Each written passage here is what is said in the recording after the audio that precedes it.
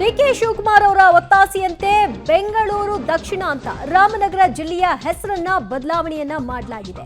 ರಾಮನಗರ ಜಿಲ್ಲೆ ಇನ್ಮುಂದೆ ಬೆಂಗಳೂರು ದಕ್ಷಿಣ ಅಂತ ನಾಮಕರಣಗೊಂಡಿದ್ದು ಮುಂದಿನ ದಿನಗಳಲ್ಲಿ ಬೆಂಗಳೂರು ದಕ್ಷಿಣ ಅಂತ ರಾಮನಗರವನ್ನ ಕರೆಯಬೇಕು. ಸಚಿವ ಸಂಪುಟ ಸಭೆಯಲ್ಲಿ ಮಹತ್ವದ ನಿರ್ಧಾರವನ್ನ ತೆಗೆದುಕೊಳ್ಳಲಾಗಿದೆ.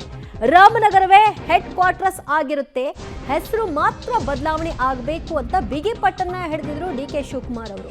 ಅವರ ಒತ್ತಾಸೆಯಂತೆ ಬೆಂಗಳೂರು ದಕ್ಷಿಣ ಅಂತ ಹೆಸರನ್ನ ಬದಲಾವಣೆ ಮಾಡಲಾಗಿದೆ. ಈ ಹಿಂದೆ ಕೂಡ ಆ ಭಾಗದ ಶಾಸಕರೆಲ್ಲರೂ ಕೂಡ ಹೋಗಿ ಮುಖ್ಯಮಂತ್ರಿಗಳಿಗೆ ಮನವಿಯನ್ನ ಸಲ್ಲಿಕೆ ಮಾಡಿದ್ರು. ಅದಾದ ನಂತರದಲ್ಲಿ ಸಚಿವ ಸಂಪುಟದಲ್ಲೂ ಅನುಮೋದನೆ ಪಡ್ಕೊಳ್ಳಲಾಗಿತ್ತು. ಈಗ ಸಂಪುಟ ಸಭೆಯಲ್ಲಿ ಮಹತ್ವದ ನಿರ್ಧಾರವನ್ನ ತೆಗೆದುಕೊಂಡು ಹೆಸರು ಬದಲಾವಣೆಯನ್ನ ಮಾಡಿದ್ದಾರೆ.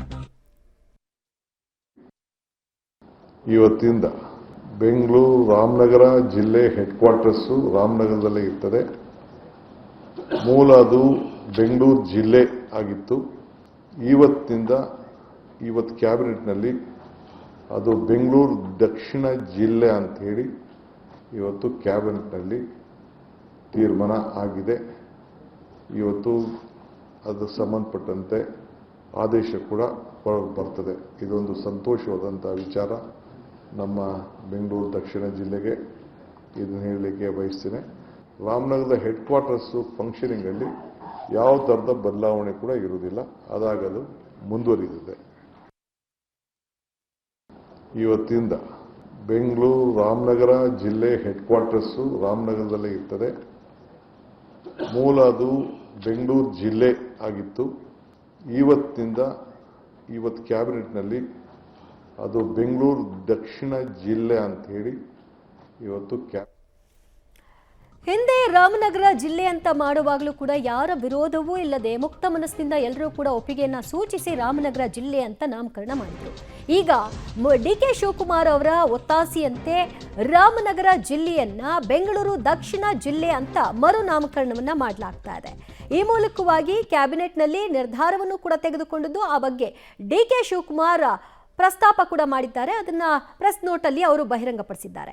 ಇನ್ನಷ್ಟು ಅಪ್ಡೇಟ್ಸ್ ಕೊಡ್ತಾರೆ ನಮ್ಮ ಪ್ರತಿನಿಧಿ ರವೀಶ್, ಈ ವಿಷಯಕ್ಕೆ ಸಂಬಂಧಪಟ್ಟ ಹಾಗೆ ಹಿಂದೆ ಕೂಡ ಕ್ಯಾಬಿನೆಟ್ ಅನುಮೋದನೆಯನ್ನ ಕೊಟ್ಟಿತ್ತು. ಅದಾದ ನಂತರದಲ್ಲಿ ಕೇಂದ್ರ ಗೃಹ ಇಲಾಖೆ ಇದಕ್ಕೆ ತಿರಸ್ಕಾರವನ್ನ ಮಾಡೋ ಮೂಲಕವಾಗಿ ಯಥಾಸ್ಥಿತಿ ಕಾಯ್ಕೊಳ್ಳಿ ಅಂತ ಕೂಡ ಹೇಳಿತ್ತು. ಈಗ ಈ ಬದಲಾವಣೆಯಿಂದ ಮತ್ತೇನಾದ್ರೂ ಕೇಂದ್ರ ಗೃಹ ಇಲಾಖೆ ಕೊಕ್ಕೆ ಹಾಕುತ್ತಾ?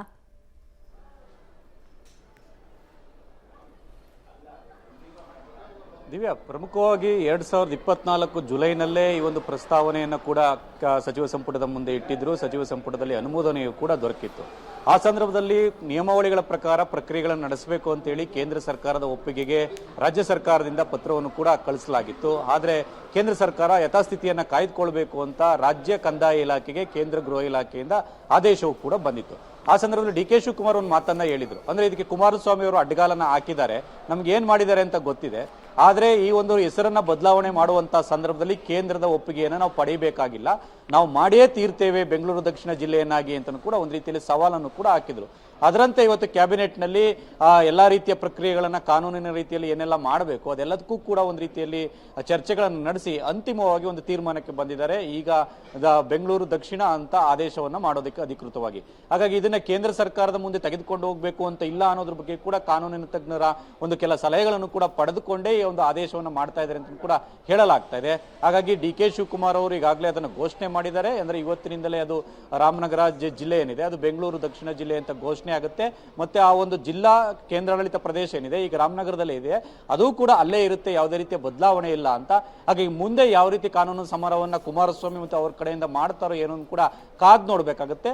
ಅಂದ್ರೆ ಯಾವ ಕಾನೂನಿನ ಎಳೆಯಲ್ಲಿ ಈ ಒಂದು ಅಂಶವನ್ನ ಸೇರಿಸಿದ್ದಾರೆ ಅನ್ನೋ ಆಧಾರದ ಮೇಲೆ ಎಲ್ಲವೂ ಕೂಡ ಸ್ಪಷ್ಟವಾಗುತ್ತೆ. ಅಂದ್ರೆ ಇದರ ಪ್ರಕಾರ ಈ ಕಾನೂನಿನ ಪ್ರಕಾರ ಕೇಂದ್ರದ ಮುಂದೆ ಹೋಗುವಂತಿಲ್ಲ ಅನ್ನೋದ್ರ ಬಗ್ಗೆ ಕೂಡ ಸ್ಪಷ್ಟನೆಯನ್ನು ಕೂಡ ಕೊಡಬೇಕಾಗತ್ತೆ. ಹಾಗಾಗಿ ಆದೇಶದ ಸಂದರ್ಭದಲ್ಲಿ ನಾವು ಈ ರೀತಿಯ ಕಾನೂನಿನ ಅಡಿಯಲ್ಲಿ ನಾವು ಹೆಸರನ್ನ ಬದಲಾವಣೆಯನ್ನ ಮಾಡ್ತಾ ಇದ್ದೇವೆ ಅನ್ನೋದು ಕೂಡ ಅಂಶಗಳನ್ನ ಸೇರಿಸಬಹುದು. ಹಾಗಾಗಿ ಆದೇಶದ ಪ್ರತಿಯಲ್ಲಿ ಏನಿರುತ್ತೆ ಅನ್ನೋದು ಸಾಕಷ್ಟು ಮಹತ್ವವನ್ನು ಪಡೆದುಕೊಂಡಿರುತ್ತೆ. ದಿವ್ಯಾ,